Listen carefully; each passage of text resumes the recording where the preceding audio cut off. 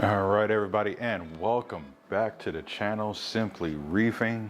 We are doing another month update for July here. Actually going into August, but we are doing our July update. I know the last one was a bit delayed, so we're gonna go and do a quick update, walk around here, take a look at things. So let me see, back up here, and what we're gonna do. So you guys can hear there is no noise. So got the air fixed, we're good. AC's running and working. The tank is not as cloudy as it was before, which is a good thing, so I'm happy there. Other than just a bit the light hazing on the glass from the algae, that's normal. But other than that, the water is pretty much clear. So we're good here. I did manage to go and get a few more things taken care of. Before I had a rack here holding on some of the corals. I've moved the pieces I talked about with the little pico tank that I had. I moved them to the sump for right now. Honestly, I have to do something with them because they're only a couple of zoas and things that are at the bottom, and that's just wasting space at this moment. But besides the point, I did mount a couple of those the millipores here. I have 3 here and 2 over here. Just for aesthetics right now, these got to get spaced out and organized properly. Out of the 5 that I got from that one raffle, there's one that's a duplicate, which is this one, the far right, and the one on the back here. Those are the same, so I'm going to move one of them to the frag tank, put that on a plate and let it grow out.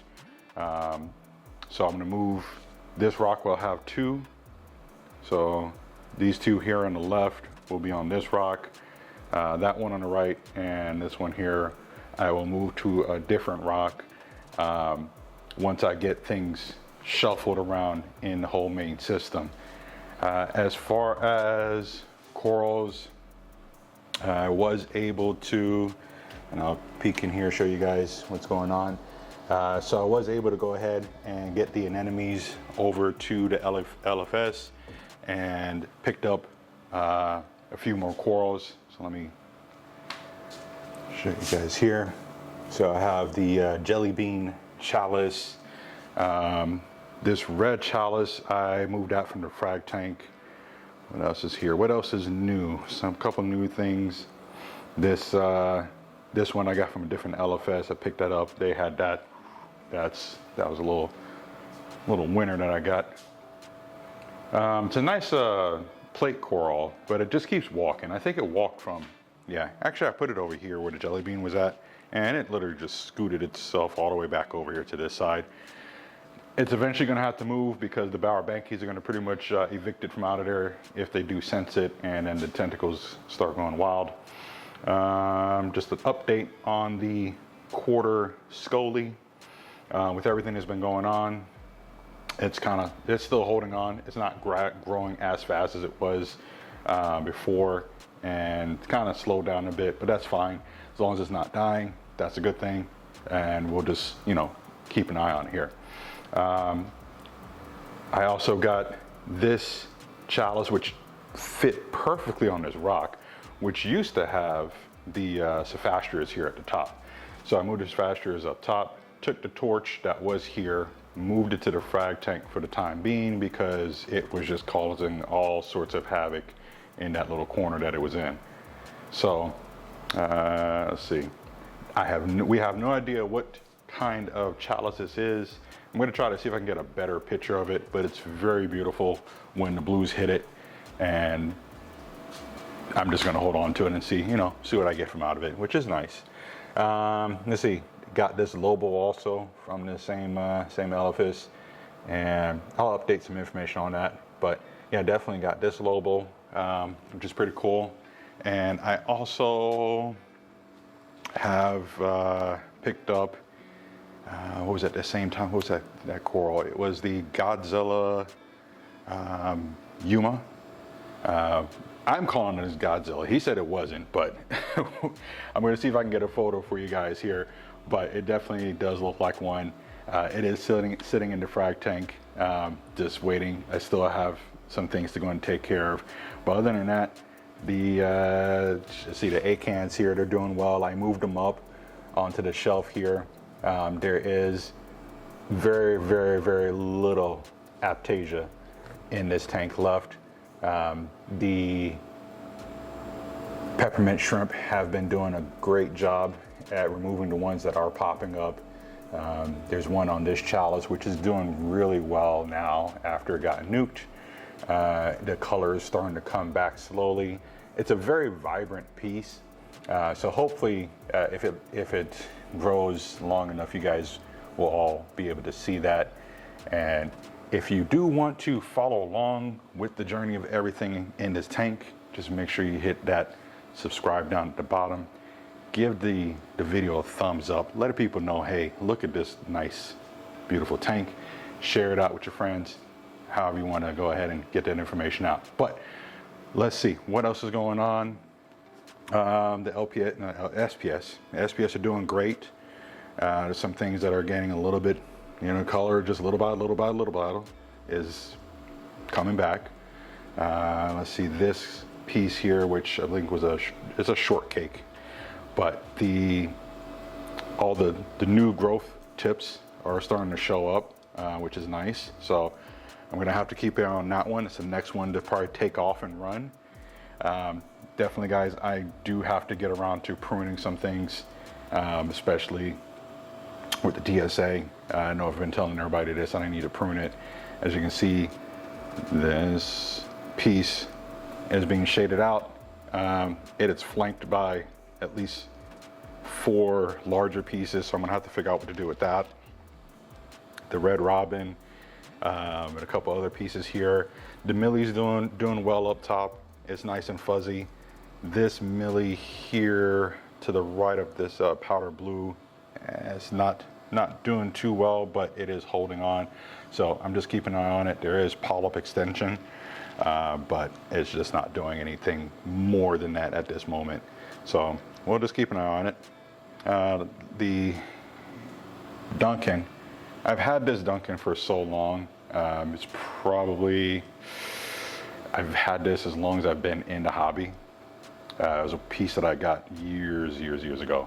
So I think it's coming to the point now where it is too large to maintain its own polyp structure. It looks beautiful, but either it is confined in this spot or there's just something else that's keeping it kind of restricted.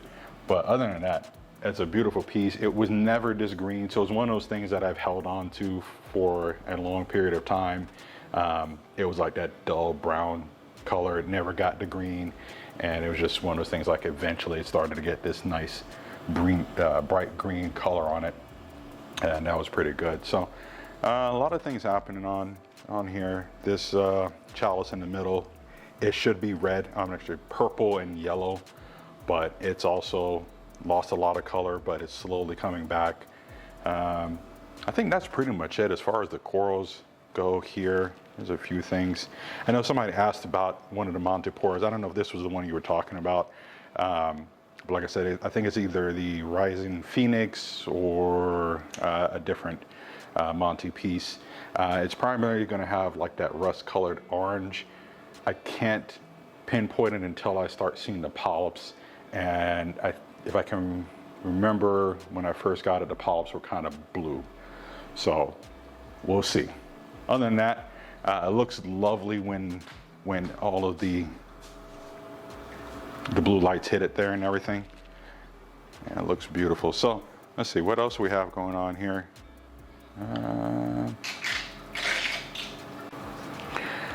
All right, sorry about that. The gimbal decided to die, so now I am freehanding with the camera here. So let's go ahead and we're going to take a look down bottom.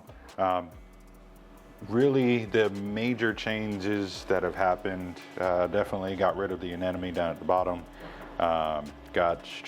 Put a new filter roll on, obviously just normal maintenance.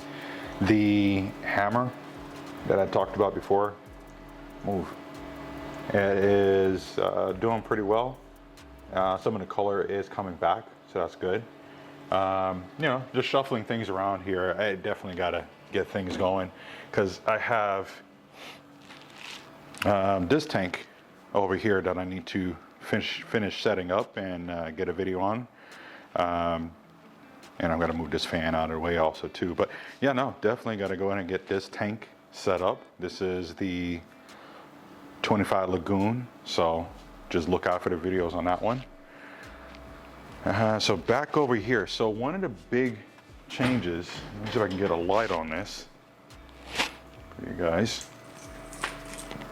Let's see.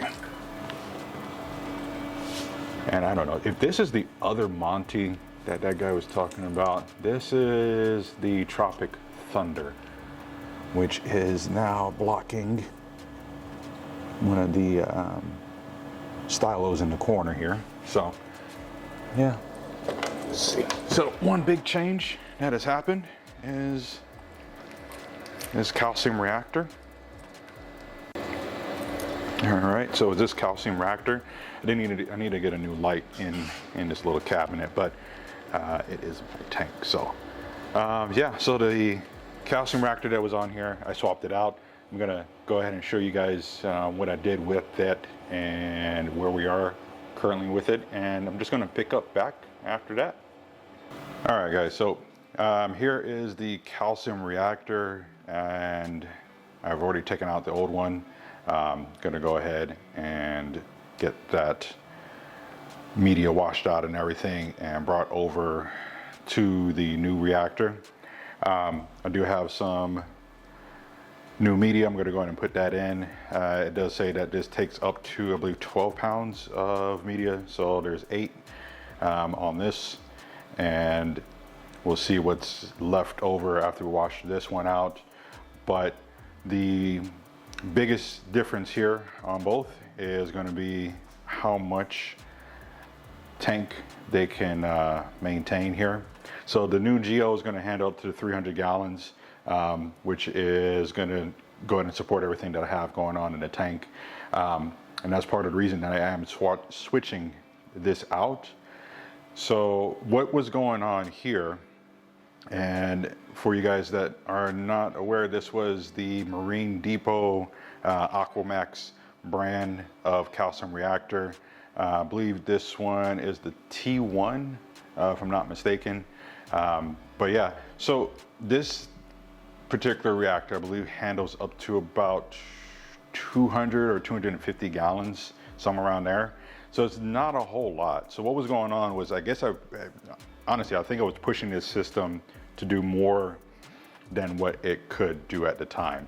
Or the media, as you can see here, was too small for it to process. And why I bring that up is because around the top, and so let's see, just for a real quick rundown and on the configuration, this is the bubble counter. It fills up with the water, and you get your bubbles for your CO2 that comes through at the top. What happens then is it gets pumped all the way to the bottom through this plate. The one issue that I have with this plate is that the holes are way too small. Although there's a lot of preparation on that, it was able to let the water come through and make it through the media. But where the problem started to happen, so what was happening is water comes in from the pump, which is the CJ 1.5 or 0.5. So the water would get pulled through, back out through the top here. Well, as the CO2 bubbles through the media make it to the top, they would build up and go through this, I guess, kind of like a bubble diffuser. So this little kidney bean looking plate contains a bunch of little holes all across the top here, and it kind of diffuses all the bubbles. They come through, and what was going on was I was pulling out from this area and putting water in. So the water from the tank would come in from here, and it would leave out through the top. What was happening was there was a lot of cavitation happening because of that. And what I was starting to notice was that there was more air than water showing up through this particular tube, which connects to the pump at the front to pull everything and get it all processed. That started to cause everything to malfunction. So this is what a normal propeller shaft would look like, and that was the one that I had temporarily a couple of days ago on here. And you can kind of see that the teeth are all jagged and beat up. That is actually just primarily from it running for like a week. So here's what happened from June when I bought this pump, which is brand new. This is what the reactor has done to the propeller shaft, and it has completely ruined it. The propeller here, you can see the hole where that shaft would go through. It's all torn up, and the same thing around on this side here. So that made a ton of noise when it was running a few weeks ago, and that was also the reason why I decided to get a new one, because this is the second pump that I've now put on here. That actually lasted, let's say, less than a month, and I would have got to get a new one, or at least a new propeller, because the last time that this self-destructed was the propeller fell apart. Same process, same thing happened with the shaft. It was deteriorated. It was putting metal shavings into the reactor, caused the whole nightmare, and eventually caused the housing to melt or warp because of all the destruction and the rattling that it was going through in the actual pump. So that's what happened to the first one. I figured that out. So I got a new pump and got that popped on, and again, the shaft is completely destroyed. And yeah, so we're gonna do a new with that, or get away from that one, and we're gonna go ahead and pop this Geo in. It is using this little DC pump, but one of the things that they claim on this is that it's gonna actually process 95% more of the CO2, so that we are not using or just wasting away a lot of the CO2. So we'll see how that works. I got a 5-pound tank on this, and we'll just go ahead and take a look at it and see, how long that lasts. So how this one works is you have the CO2 that comes in and water leaves out of the same area. But you can see, it looks like how they have this designed. There's a little hole where the CO2 should come out of, and then at the top is their kind of like the recirculating pipe to mix the water up. That's supposed to mix up all the water through here, down through the bottom chamber, get pulled out and pump through the media at the bottom here. Let's see. Yeah, at the bottom here, and then make its way back up to the top, get siphoned off, and then back around again. The water leaving here is supposed to go back into your tank and make it, back out into your aquarium and feed everything. So we're going to see how that works. Supposedly that should, eliminate a lot of the cavitation issues that I'm having on this system, and obviously keep it nice and silent, because this is the super silent version, the CR618 SSE. And yeah, one thing I like about it, it's got this drain. Sometimes when I had to clean this one out, it's just a pain. I had to take the whole thing apart, but we'll see how that works and get it going. So I'm gonna go ahead and get this hooked up. I do have more of the Reborn. I don't know if I told you guys already, but I'm gonna go ahead and get that popped in, get this on the tank, and I'll be back with you guys in just a moment. All right, guys, so back to the tank. The calcium reactor is set up, as you guys can saw there just a moment ago. It's a lot of information. It was a good upgrade for the tank to go in and get everything running and growing as I would like to get going here on the system. So a couple more updates on this. Like I said, it's been a lot of things going on. If you guys can see right in this little crevice where this clown is at. If you guys notice there, or if they can see it, yeah, there we go. So they've been laying some eggs again, so that's happening. But the other thing that's going on now is I actually have a pair of damsels that have been laying eggs. So these are Roland damsels, just in case anybody wants to know. It's a blue and white damsel. I haven't yet to see one in a while. I had 3. We went down to just the 2, and they bickered back and forth so much. There would be moments where I was nervous to even leave one in the tank, and I think I figured it out now. I just saw it again. So this is the female, and then the male is over here. Trust me, don't know the difference between them, but under here, and I did have a video of this that I'll go ahead and plug in, under this ledge.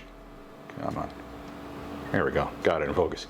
So this ledge where this fish is at right here, they would lay all of their eggs underneath this ledge.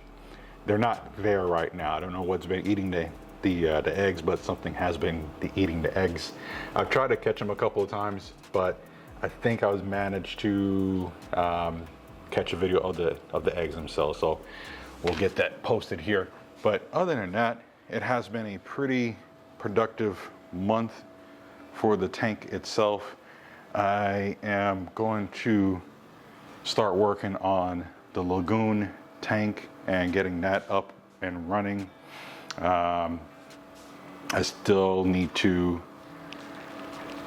do something with this particular Euphilia, trim these guys, and get things situated. So we'll get it back running on that. Hopefully by the next time I talk to you guys, all of this will be taken care of. But other than that, if you guys have any questions, go ahead and drop them in the comments below. For those wanting to know about the Nero, it is still running. I love it. It pretty much how I have it set up right now is doing its, I guess it's the random kind of flow, and every so often it has a nice surge of water. So it's been doing well in that aspects, where it eventually just shoves a whole bunch of water all the way to one side, back around in this tank. As you can see, it pushes the Euphilias back into a corner. It's not all the time that they sit like this. So it zeroes in anywhere from, I think I have it from like 0 or 1% up to 100. So it's like I said, it's just a surge, but it's beautiful. It's been running great. I have a Nero 3 on my other tank. I may, depends on, you know, what I'm doing with the other system, but I may put one on that lagoon, but we'll see what happens there. Other than that, guys, I will talk with you guys later. Peace.